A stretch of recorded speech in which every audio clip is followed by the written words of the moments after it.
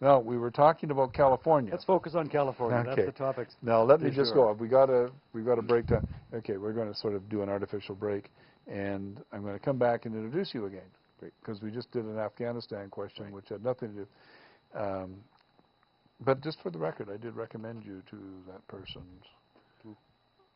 That person, I think I know who it was. I don't. The one that just did the phone call. Afghanistan? Yeah. Oh, do you? Whether he's called you or not, I don't know. Well, because you look after people. You don't just look after people in Canada. Just, well, Afghanistan, custody. It's not as if we wouldn't do it. It's a custody issue. Who can we can custody account with? Oh, okay. Why does I thought that would just be an easy. Well, there are named countries, which it depends which custodian we deal with, who will accept foreign accounts. Most of them, like for example, TD will accept most major countries around the world, but there are half of the usual suspects which you'd expect that won't custody accounts. Money laundering issues. And but if it's for a Canadian.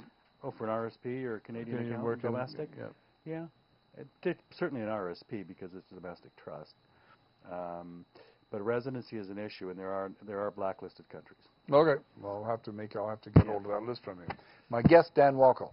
You look from sea to sea, from north to south, and I've never found an American who can do what Dan does. There may be one, but I've never found one.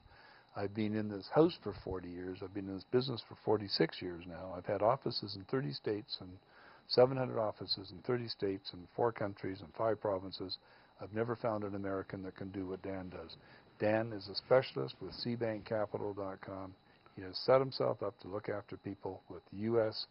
and Canadian income and U.S. and Canadian investments and IRAs and RRSPs and 401ks and RESPs and so on at the same time. Almost nobody can do that. And I've only heard of 3 other people in the country that can do it. And I tunneled in on Dan because I think he's the best one to do this for our people. If you want to get hold of him, if you're not getting them now, phone number to get him during the week is 866-541-9952. You can look up his website at www.seabankcapital.com. And what I like about that website is when you go there, there's a U.S. and a Canadian flag. Hey, that's what his business is. It's not an artificial part of it. California. California. We're going to get to California. California, here we come. It's an interesting place right now. They're broke. Not necessarily if you're a taxpayer. Yeah. There's all kinds of things happening, and I'm sure, well, most California residents will tell us exactly what's going on down there as the crunch intensifies. I understand that withholding tax rates are going up for most payroll things. There's all kinds of things that are kind of happening in terms of any kind of cash for the state. But I think in particular, if we could concentrate on Canadians in the state. California. Well, there's Canadian clubs in Beverly Hills. There's Canadian clubs in Los Angeles and in San Diego. All over. Yeah. So there's a strong contingent of Canadians in California with Canadian retirement programs, whether it's in Silicon Valley in the high-tech sector or retires or a whole swath of Canadians. Anyways, we have a particular interesting issue when it comes to California, where it comes to retirement accounts, and it's different, right, David? In terms of the tax treatment that California applies to Canadian registered programs.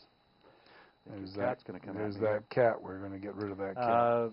So when we talk about why it's different, David, from a tax preparer's point of view, why is it different when you prepare tax returns for a California resident? Okay, well, if it's a California resident, an RRSP, for instance, a Canadian RRSP, that you don't have to pay tax on the internal earnings if you live in Saskatchewan. What do you mean by internal earnings? Well, I know what you mean. Okay, an RRSP, let's pretend you got $100,000 and it's in a bond fund that's paying 5%. It means that your RRSP went up $5,000 last year. Got $5,000 into it, and you don't have to pay tax if you live in Winnipeg or Saskatoon. You don't have to pay tax if you live in London, England, or Sydney, Australia, or New York, or Chicago, or Minneapolis. But if you live in any place in California, California taxes the internal earnings of your registered retirement savings plan in Canada. So internal earnings is cash flow, right? Cash flow. So it's dividends, it's interest, it's capital gains, realized capital gains. That's right. But not unrealized. Not unrealized capital gains. So the market value can go up from $100,000 to $125,000 not taxable. As long as nothing was sold and still held, then that depreciation is not But if taxable. it went from 100 to 125,000, if 3,000 was dividends and 4,000 was interest, Right. and the other part was market value, you've got to pay tax on the $9,000 of internal earnings. Right. Right. At what rate? Well, anywhere from 0 to 9%. Right, depending on your tax bracket. Depends on how much income you made. For most people who are working and are well off, that's 9%, right, David? I'm going to say 5. 5? 5. So it's not a big issue. Not hitting 9% till you're $240,000. So. Yeah.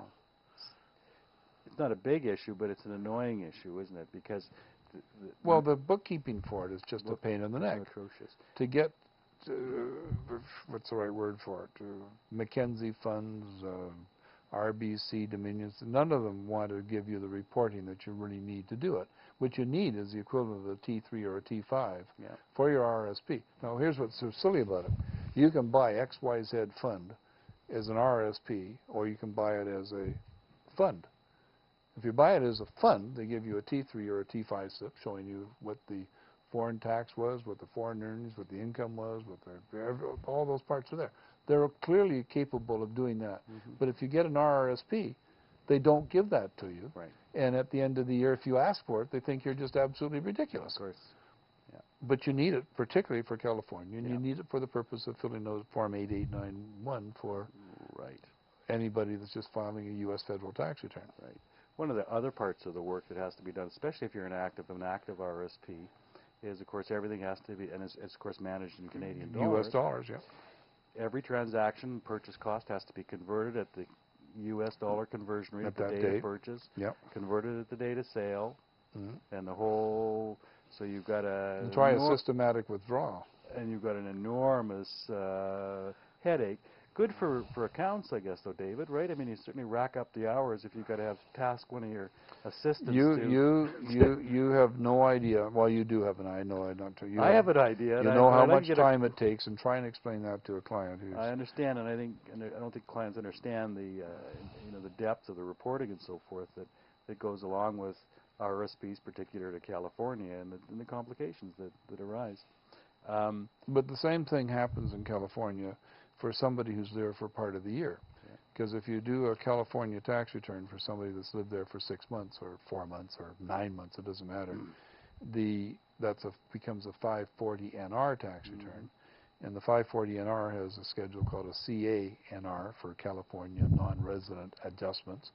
And on that form, you have to report your world income. So you calculate your tax to California on what your world income, including income from Canada or Yugoslavia or wherever you happen to be. We've taken Afghanistan, we've taken Florida today, right? You calculate the income on that, and then you take the percentage that the California income was over the total income, and that's a percentage. So what it does is it has the effect of boosting your marginal tax rate so that you pay a higher tax to California because of what they call a unitary tax rate. Unitary tax rate. Yeah.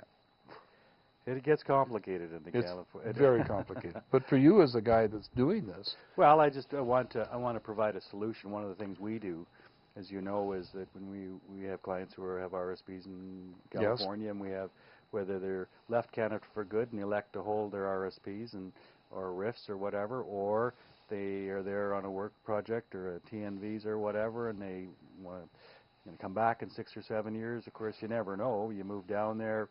I mean, we've seen several cases where people have moved down there, and of course the kids live up in Canada, they have grandkids, and then sooner or later they decide to move back to Canada.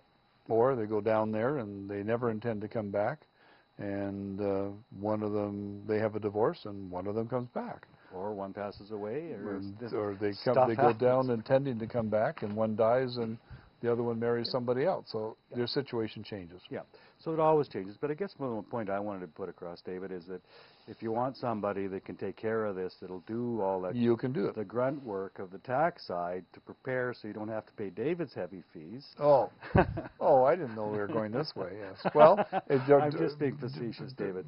But Dan, the first day I met you, I asked you. We went for lunch, and I asked you specifically if you were willing to prepare all this, and you said yes. You tell me what you need, and I'll get our computer system doing it. Well, this is the issue. I mean, We have a system we can apply the conversion rates for the purchases and the sales. Our systems will log every purchase and every sale.